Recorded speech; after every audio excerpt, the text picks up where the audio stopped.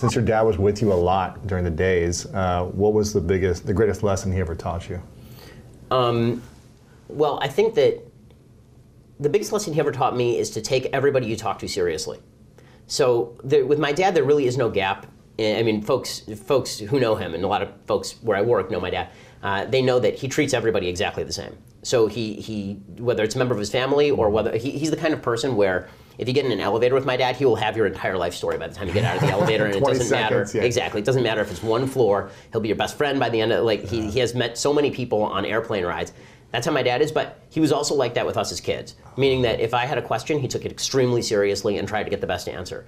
He always addressed me as though I were an adult when I was a kid, and he took that stuff very seriously. And so for me, that's always been the case, and I think that's one of the reasons why my show and the stuff that I do has particular appeal to young people, because I'm treating these ideas seriously and I'm not dumbing them down for young people. I think there's this perception, I mean, first of all, number one, I'm still relatively young, right? I'm only 34 still, but part of that is also in politics.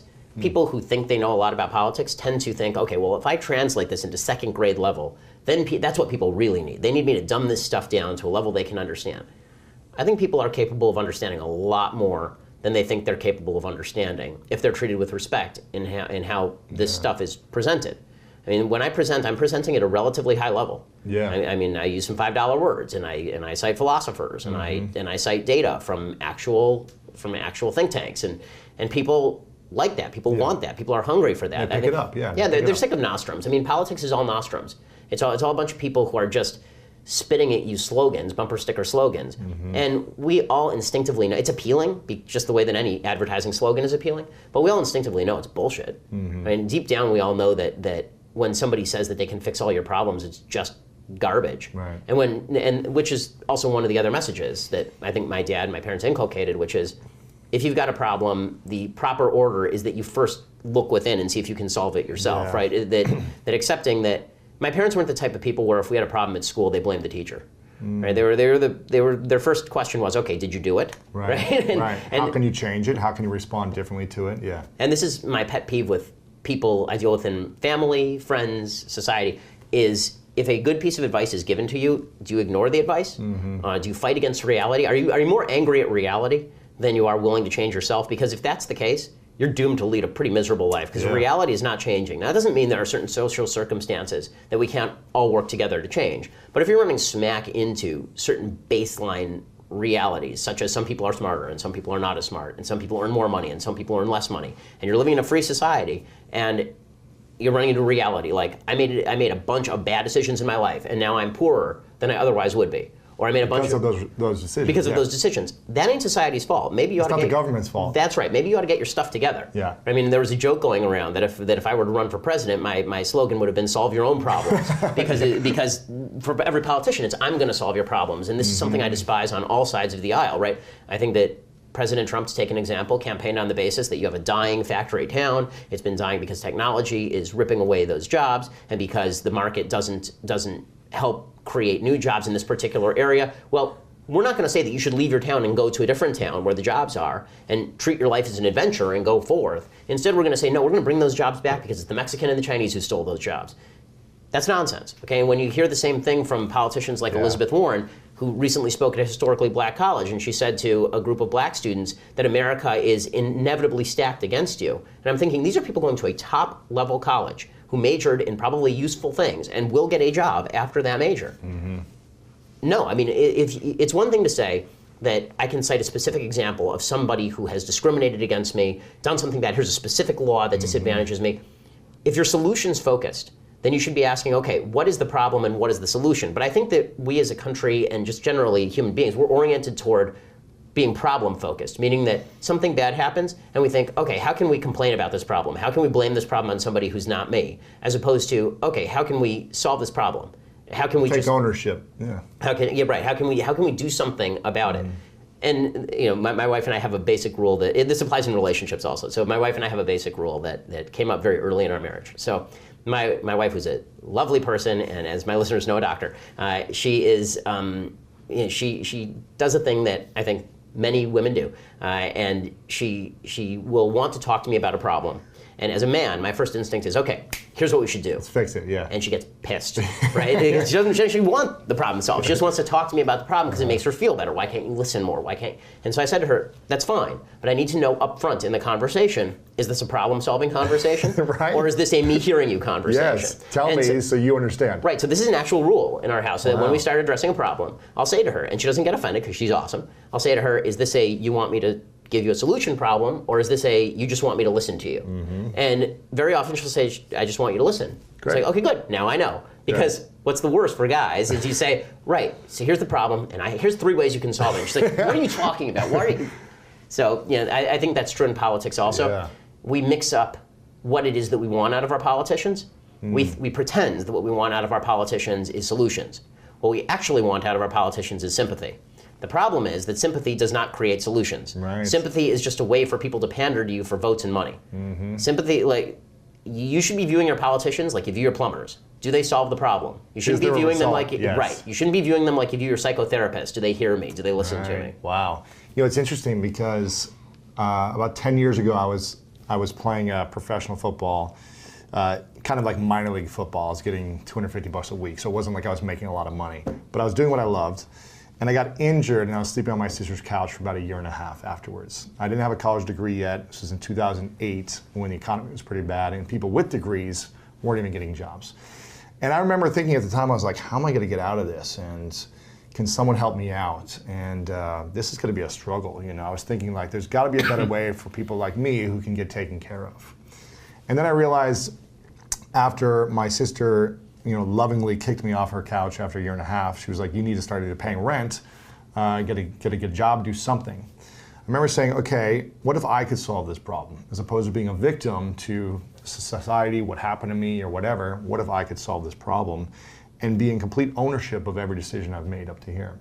And I think one of the reasons I don't follow politics or watch the news or do any of that stuff is because I try to instill what you talked about with people on this show, which is like, how do we overcome our own challenges by not putting the blame on someone else, by not hoping for someone else to save us or rescue us or to give us a higher minimum wage or whatever it may be, but how can we develop skills with the society we're in? How can we develop new skills, be more valuable to society so that we can earn more? How can we take care of our health better so we're not sick and needing medicine or someone to supplement that through whatever it may be, some financial aid through medicine? How can we just take care of our lives better and improve the quality of our life? And I think when we can focus more on improving the quality of our lives, the political things don't really matter as much. Well, this is right. Like what's happening in the world doesn't matter. What John Adams said, and I think this is right, is that the Constitution of the United States, and what he meant by this is freedom, is really only built for moral and religious people. What he meant by that really is that if you've got a group of people who are waiting around for somebody else to save them externally, you can't have a system where even we can take care of each other, right? There are going to be situations in which the community needs to come together and take care of people who legitimately can't take care of themselves or are going through a rough stretch. Understood, all that's right. But if you don't have a group of people who are motivated not to take advantage of that, or who are not being told by politicians that they should be taking advantage of it, or that society has a duty, why don't we focus on our own duties more than we focus on everybody else's duties to us? We focus a lot on rights in our society. We have a right to X, Y, and Z. We focus very little on what are our duties to ourselves and to society, and that doesn't make us happier, it makes us more depressed. What's the difference between rights and duties? So rights are, there are a couple different visions of rights, and I think that this is where we actually get political. So I think that there are 2 different visions of rights. According to people on the right, on conservatives, what rights are things that you have a right to do X without government controlling you. So basically these are called negative rights. This is the parlance that's sort of used, is that you have a right against the government. So for example, I have a right to free speech. What that really means is the government does not have the ability to compel me to speak in a certain way. Or no matter what I say, anything at all, even threats or... Well, not threats, because that's actual assault, but anything that's not indicating violence, for example. Gotcha. I have a right to say, because the government does not have the power to encroach upon that. So when someone grabs you by the throat and says you're going to be in an ambulance if you keep speaking, that's like that happens. That's illegal. Yeah, that's actually a violation of the law. But me saying something that offended that person is not a violation of the law, right? And the government can't compel that. So the idea for people who believe in sort of traditional constitutional freedoms is that the Bill of Rights is an expression of a bunch of negative rights for the most part. Things where right to freedom of religion means the government can't impose upon you. Things that would exist in what John Locke would call a state of nature. That if there were no government, you just lived in a community with your families or whatever, that the government wouldn't be there to impose things on you, so what would you have without the government imposing anything on you? So right to bear arms is the government does not have the right to take away your arms. Now, what people on the left have said is that those rights are not sufficient. You need actual material goods to provide you with a sense of well-being sufficient that you can lead a happy life. So, for example, a right to health care. That's something that we have to force somebody to provide for you, whether it's through taxation or forcing a doctor to take care of you. A right to health care is an affirmative duty on someone else. A right to free speech is an affirmative duty. If I'm just sitting here, I have a right to free speech. Have I forced you to do anything? The answer is no. If I have a right to health care and I get hurt, now I have to compel somebody to provide that health care for me, right? Because I have a right to it, which means that it doesn't matter. If I'm just sitting here, the health care doesn't just arrive. There has to be a doctor qualified to take care of me. And if that doctor doesn't want to take care of me, he has to be forced to take care of me, or she has to be forced to take care of me. So that's true for rights to health care, right to education, right to any of the right to housing, many of the rights that folks on the left cite. So when I say rights versus duties, this applies broadly to virtually all rights, but particularly it's important for people who believe in a positive version of rights. So the right to free speech comes along with the duty. If you want to have a functioning society is what I'm talking about. The right to free speech comes along with the duty not to be a generalized jackass. Because if you do that, it wrecks the social fabric. Right? So if you're just going around, like I believe that you have a right to call somebody an ethnic slur. You do, you have a right, it's not illegal. If you do it, it's a right, but it's not a. It's a bad thing to do, right? It's a wrong. It's a right, but it's a wrong. Like you can be wrong in your use of rights. People do it all the time. People do stuff I don't approve of all the time. That's legal. That's good. I'm glad it's legal. But if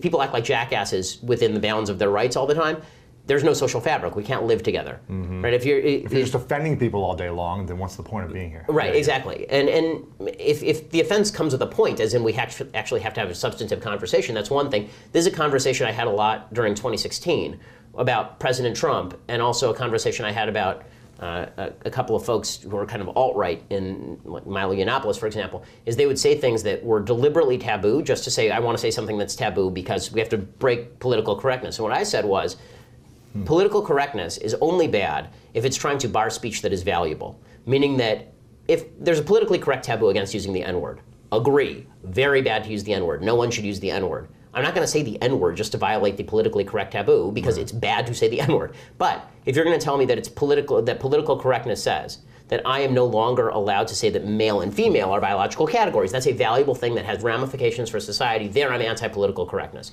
So that's an example of you have a right to say bad things, but you shouldn't do them just to be a jerk. The same thing holds true when it comes to positive rights, and I think the left has failed to recognize this, particularly when they cite, for example, the Nordic countries. They'll say, well, there's a right to health care.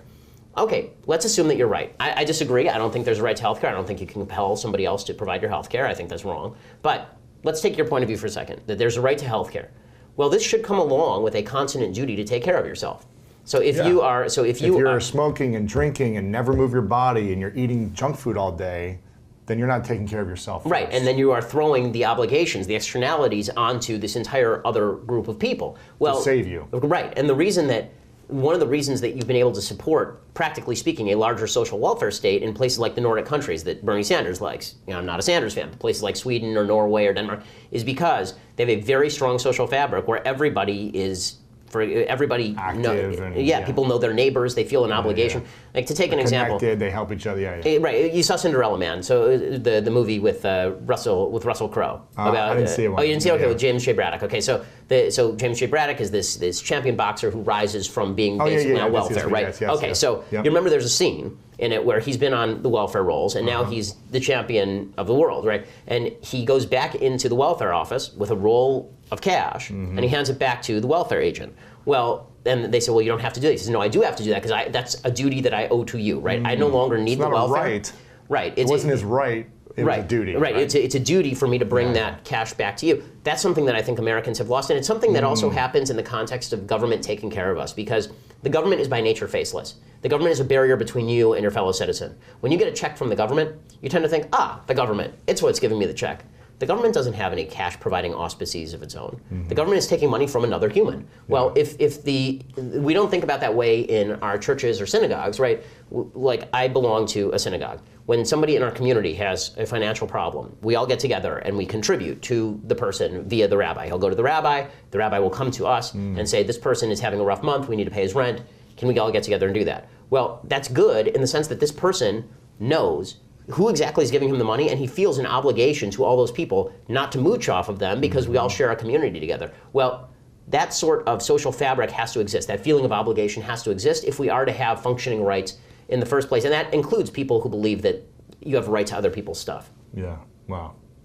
I love this. Now, I'm curious, what was the biggest lesson that your mom taught you growing up? So my mom is really different from my dad, and for a variety of reasons, and she is eminently practical. So she was. Your dad's the artist. Exactly, and visionary, and likes to dream. And my mom was like, okay, yeah, but who's going to sign the check? And so that's where my mom comes in. And so, you know, I'm a lot less garrulous than my dad, even though I talk a lot. My dad talks even more than I do, and my mom is a lot more kind of to the point. The word in Yiddish is tachlis. She's very like down to the meat of it. And so from her, it's more a manner of, we're not going to waste time. We're going to get right to the point. We're going to get things done. And so because she's very practical. And so I would say that the lesson that I learned from her is just like, go do it now. Like, stop talking. Just go do it right now. Like, if you don't have an excuse, then you shouldn't be wasting time doing that. Wow.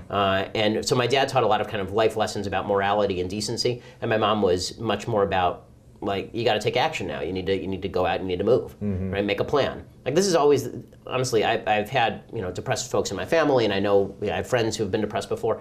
And to me, you know, when you're not talking about clinical depression, obviously, where you need actual care, but if you're talking about just you're down, the number one thing you should do is make a plan. Literally get a piece of paper and a pencil and write down a bunch of goals, and then write concrete steps step by step. This is correct. And then when you're not Jordan Peterson's way. Yeah, exactly. And I think, honestly, I don't think it's Jordan's way or my way, or I think it's everybody's way, right? Exactly. The successful people in life make lists of things they want to do, and then if you really want to be successful, then what you do is you take the little things first, you cross those off, it gives you a feeling of momentum, and then you can tackle the big things. I think it's a big mistake for people to think, okay, well, my goal is to be president, and so here's a list of 100 things I'm going to do.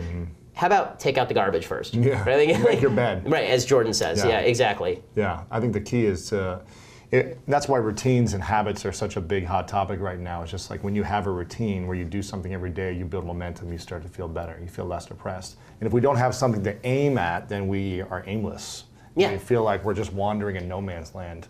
And the worst comes to us as opposed to us creating the best for ourselves. Exactly, and I think that this does have some deep philosophical roots. So I have a book that's coming out in March, and it talks sort of about why suicide is up and why depression is up. And my basic thesis is that we're sort of living.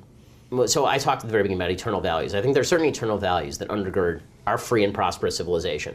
And we're living on the fumes of those values, having undermined a lot of those values. Name a few of the core values you're talking about. Okay, so I think that there are 4 things that human beings need to be happy. You need individual purpose. So you're alone on a desert island. What do you do today? What gives you meaning?